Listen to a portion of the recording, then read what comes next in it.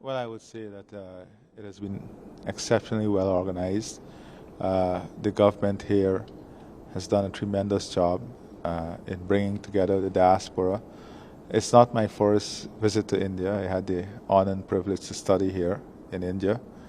And more importantly, the bringing together of the diaspora is an occasion to network, it's an occasion to benefit from the tremendous influence India has internationally. As you know, India has been leading the way on technology, renewable energy, the soil movement, sustainable development, and I'm just very keen on looking at the different models that India would have utilized in building its economy. When we talk about small and medium-sized enterprises, when we speak about the development of agro-processing and agriculture, and this is important for Guyana because as we embark on this new future in which we'll have increased revenues as a result of oil and gas, our priority is to broaden the pillars on which the economy stands, positioning Guyana to be a leader in food security,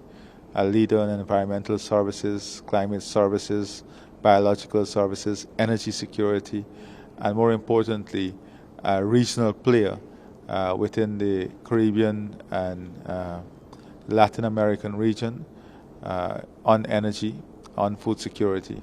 So my visit here is not only for the convention, but it was to engage with the government of India and strategize on some important areas where we share mutual interests, where we have comparative advantages, and seeing how we can transfer those advantages, technology, to benefit Guyana. So you also met with the Indian Prime Minister Narendra Modi. What was all discussed? How was the meeting?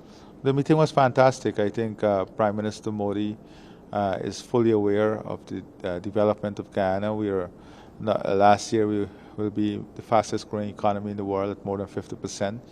And what we discussed were the areas that Guyana would require support in and the areas in which Guyana can offer India tremendous opportunity. For example, in the ICT sector, building out the technology sector, the fintech, looking at data centers, healthcare, education services. How can we broaden our health services, education services to ensure that the people of Guyana has the best possible access to health and educational services? Building out the agricultural business ecosystem, which includes agro-processing, which includes production in the field, increased yield, research and development in that area. We have just launched a new bid round for 14 new blocks for oil exploration.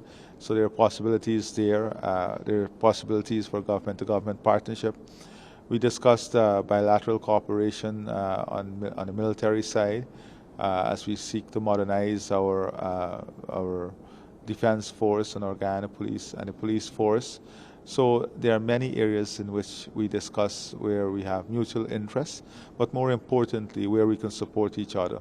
Climate services, we have a forest that stores 19.5 gigatons of carbon. We just had all the carbon credit certified by R3. 30% of that credit has been sold on the voluntary market. So there is 70% credit that is available. And this is high quality credit that even the aviation sector can utilize. So another important issue is capacity building, human resource training and development, strengthening our human resource base, ensuring that we have the right complement of human resource capability and capacity to meet the development aspirations, development needs, the development trajectory that Guyana is embarking on. So there are reports and data that Guyana is set to overtake Brazil as top oils producer in the region, and India's demand for energy is also expected to rise from 4.8 million barrels to 11.1 million barrels a day in the coming years. And we already know that Indian companies are already importing crude oil worth rupees million from Guyana. What will you say on that, and how can we cooperate on this sector, energy specifically? Well, we have specific discussions that will take place around the energy sector. The energy sector, as I said, is a key sector for Guyana, And as you know, because of what is taking place in that sector, the speed of development, there are many international players that are looking to Guyana as an important partner in fulfilling their energy needs and meeting their energy needs. And definitely, Prime Minister Modi and I discussed the possibilities of further cooperating, further strengthening our relationship in this area, but more importantly, looking at the ways in which we can have stronger government-to-government partnership in the sector itself. Not only, and the point here is not only about the crude oil lift, but to see whether there is enough appetite in the system to participate in this bid round for oil blocks, and also to look at the government-to-government partnership. It's not only oil, but it's a possibility that will arise out of gas development too in the future. So India has a deep connect with Latin America and Caribbean. Around 40% of Guyana population includes Indian origin people. How do you see the Indian diaspora connect in Guyana, especially when you know that Indian diaspora is the largest diaspora in the world? Well, the Indian diaspora is not only the largest diaspora, but it's a diaspora that has a tremendous skill set. They're leaders in many industries, many of the important transformative sectors that are required for Guyana. They provide strong leadership. So networking within a diaspora itself in supporting the transformation and the sectors of growth and development is a critical opportunity for the Indian diaspora, for the Indian private sector here, and for the private sector generally in Guyana, because you know we are a multi-ethnic country, and there are many opportunities that the local private sector can have in building partnership, building consortiums, and strategizing on how that model can bring benefit for both India, Guyana, and even Indian diaspora across the world. Right, as I speak to you now, we have one of our largest private sector delegation that is in India now, discussing in many areas of opportunity and partnership.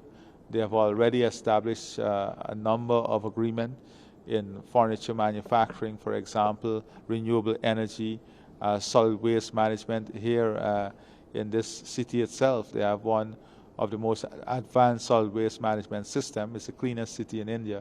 So there is much that we can take away from this city itself. The modernization process, the dairy industry. So agro-processing, the modernization of our sugar industry. They're looking at private interests and how we can marry that interest in grains, in beans. So there's a lot of discussions that are already taking place on this type of partnership. So today we are facing world challenges like Russia-Ukraine war is also going on. How do you see India's stand on this? And also you mentioned about the COVID pandemic in your speech earlier today, where India supported world with the vaccines. What will you say on that as well? Well, I would say that India provided strong leadership during the COVID-19 pandemic by ensuring that there was no lockdown on vaccine, if you want to say that, and that the vaccines were made available for the developing countries especially, and the developing world had an opportunity to get access to vaccines from India. So India, I think, was a leader on globalization. You know, during the pandemic, you can say that globalization showed its cracks and failures because many countries closed their borders, forgot that they're operating in a global environment, locked in whatever vaccine they can lock in for themselves. But India showed that the world is still filled of hope and globalization can still work if there is responsibility to the global community. So the development of technology, medical research, the manufacturing of the vaccine benefited the world. So India, I think, is playing a key role in global transformation, whether it's human resources, whether it's health, whether it's the production of vaccines, whether it's cost-effective manufacturing of essential medicines and medical supplies. India is in the forefront of all of this. So the war in Ukraine has serious international implications. But India has shown and demonstrated that it's the largest democracy, that they are very capable and willing to work with every partner in promoting peace, in promoting dialogue, and in promoting an international environment in which there is respect, in which there is respect internally, respect for the rule of law, and in which we can all work towards the enhancement of humanity in a holistic way, not in a way that isolate ourselves whenever a crisis comes. You know, when things are good, countries are open to everyone. The first challenge that hit us in the pandemic, what we saw, isolation. People isolated themselves and look at protecting themselves first, forgetting that we live in a global community. Nothing's wrong with that. But I think India is demonstrating leadership in many areas, and we in the global community, the developing world especially, with India chairing the G20 now, can have a stronger voice through India chairing the G20. My last question was on the G20 only, sir. How do you, like India is going to host the G20 summit this year? What are your expectations from it? How do you see its presidency? Well, I see its presidency as one that is transformational.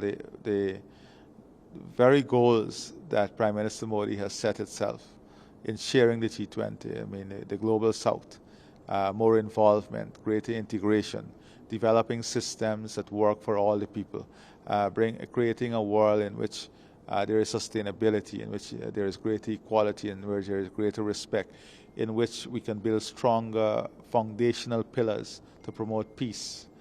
These are important, and I think that the developing world has a great opportunity through India chairing to have their voices, to have their concerns and their challenges championed through this mechanism.